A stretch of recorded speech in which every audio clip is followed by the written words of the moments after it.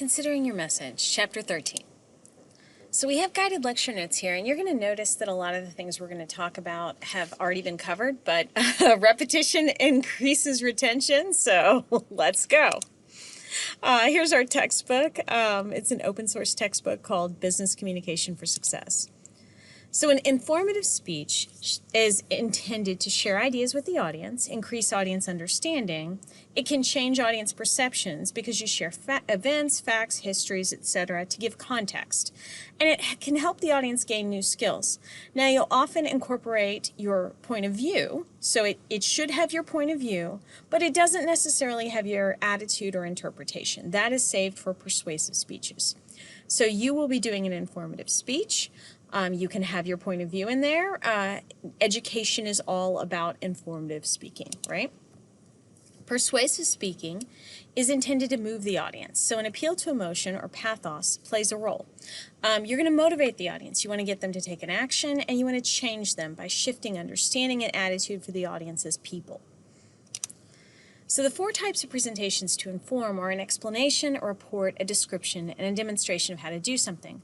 So frequently in your role, you will be expected to put together informative documents. So you're going to maybe make a recommendation, but only after you very clearly informed someone following a standard methodology that they can understand.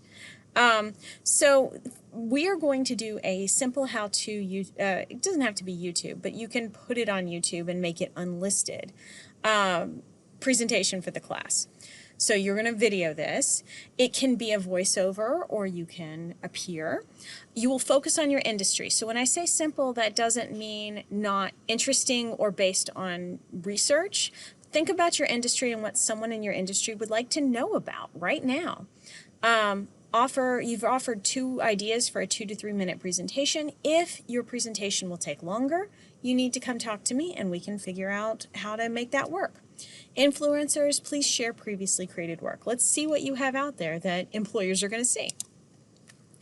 Now, every semester I have students who say, I'm really interested in being a consultant after I graduate. I think this is wonderful, but I want to point out that if I were going to hire a consultant, I would want someone who had years of experience in the industry. I want to hire an expert. And hiring someone who's just out of school to tell me what I'm doing wrong in a field I know pretty well seems counterproductive, right?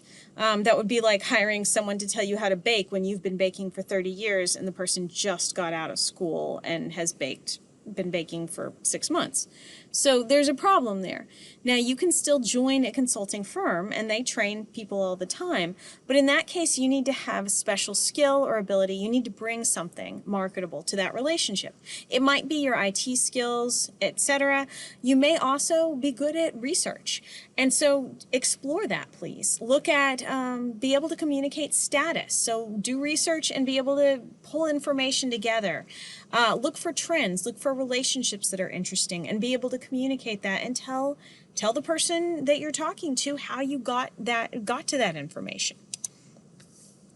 Now, we were talking about informative and persuasive speaking, and you need to be aware that everything we do involves framing. So when we tell a story, we place an imaginary set of boundaries, like a frame, around that story, and there are things that are not included in the story. So what is included and what is omitted is a form of framing, and and one form of framing is gatekeeping. So if we look at gatekeeping, that is what information you allow to reach the audience. Agenda setting is who selects what the audience sees and the order it is seen in. So how do you set the agenda? How do you make it clear what we're going to do? Now you will meet people who are very good at agenda setting when you go into your field. It can be a skill. And think about culture. How do appeals to certain cultural beliefs or values affect audience responses? And once again, culture does not have to be a particular race or ethnicity as far as culture. People have cultures all the time, and there are cultures within your field. So you need to understand that. The Silicon Valley culture is very different from the Wall Street culture, is very different from a necessarily Big Four culture. There are different cultures in your future jobs, and you need to understand when they, when you speak to them, what they value and what they listen for. So ask yourself as you create your how-to and as you look at other people's work, how can an audience's prior knowledge influence the outcome of a speech? So what are they going to think about it based on their experiences? How are you framing your presentation? How are you gatekeeping? How are you agenda setting? And how are you appealing to culture? How will your presentation's format affect the audience's response? So think about the length, the use of visual aids, and you can't be in person these days. So what are they going to want or expect to see from you? We've talked about persuasion and framing and agenda setting. And so let's think about interpretation, bias, and point of view and how you can spot these even in small things. So here we have the appointment of Jeff Sessions as Attorney General. And notice that we have the full name, Senator Jefferson Beauregard Sessions III here. Then that's in the press release. In the CNN Politics headline, Trump picks Sessions for Attorney General.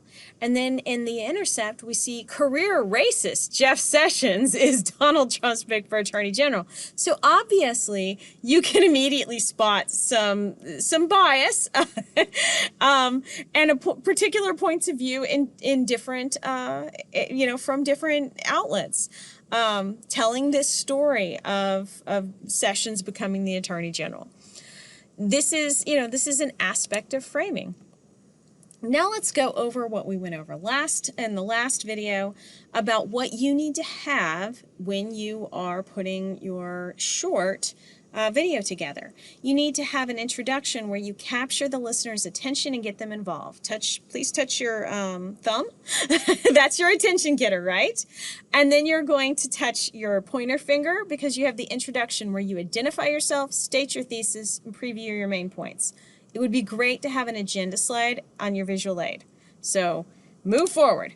Then when you get to the middle finger, you're going to be structuring the presentation body. So focus on a limited number of main points, develop each point with adequate explanation and details, and then use that clear organizational strategy. So for a how-to speech, it's probably going to be chronological. You're going to want to build in signposts and rhetorical questions as you go for a short 2 to 3 minute speech. If it's longer than that, or you need it to be longer than that, then I expect an internal preview or two, an internal summary.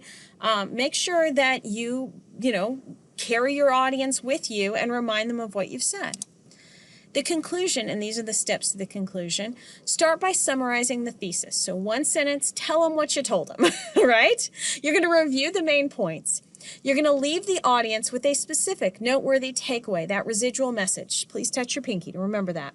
And then include a statement or closing thought and close on it. Please close strong. Don't be afraid of a little silence. End the recording. Try to loop your conclusion back to your introduction if you can. Now, you have a lot of opportunities in these areas, in the 5 fingers, to use recency, to use repetition to increase retention.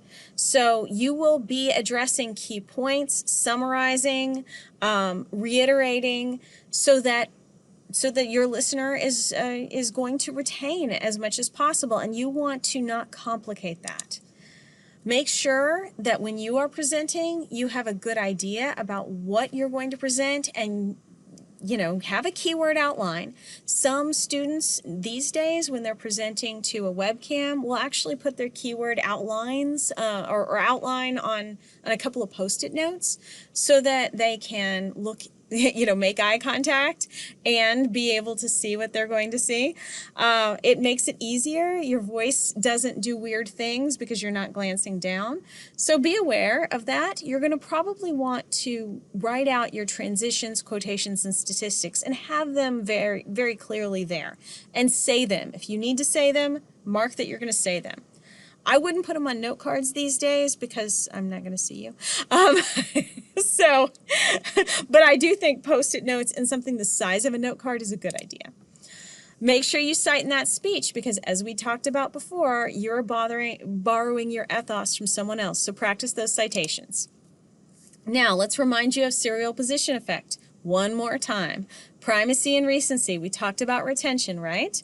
So what I open with is very important, and what I close with is important. Looping those together gives everyone a sense of closure, so make sure that your attention getter is uniquely connected to what you're trying to argue. The presentation length is important. After 10 to 12 minutes, the audience is just done. I know. I give you all these long videos and you're like, I'm done at 10 to 12 minutes. I get it. I'm sorry. Active learning does increase engagement. So when the audience tries to be actively involved, touches their fingers, takes notes, does things, the learning is increased and the retention is increased. So people do retain better with a visual. That's why I would have a good visual aid. I wish we were in person. I think, I think it would be wonderful, but we can't do that. So here we are. Do think about retention and remember that sometimes less is more. If you give someone a lot of data, they're going to probably not retain exactly what you want them to retain. So be careful. Think about how much you give, where you repeat it, and how you repeat it, and how you emphasize it. Let's review. We covered all of these things. Remember that primacy and recency are part of serial position effect. So if I ask you about them, that's what that is. Serial, something comes in order, in a row. You know what a good introduction should do and include, and apparently I've repeated that a couple of times. And the steps to a conclusion.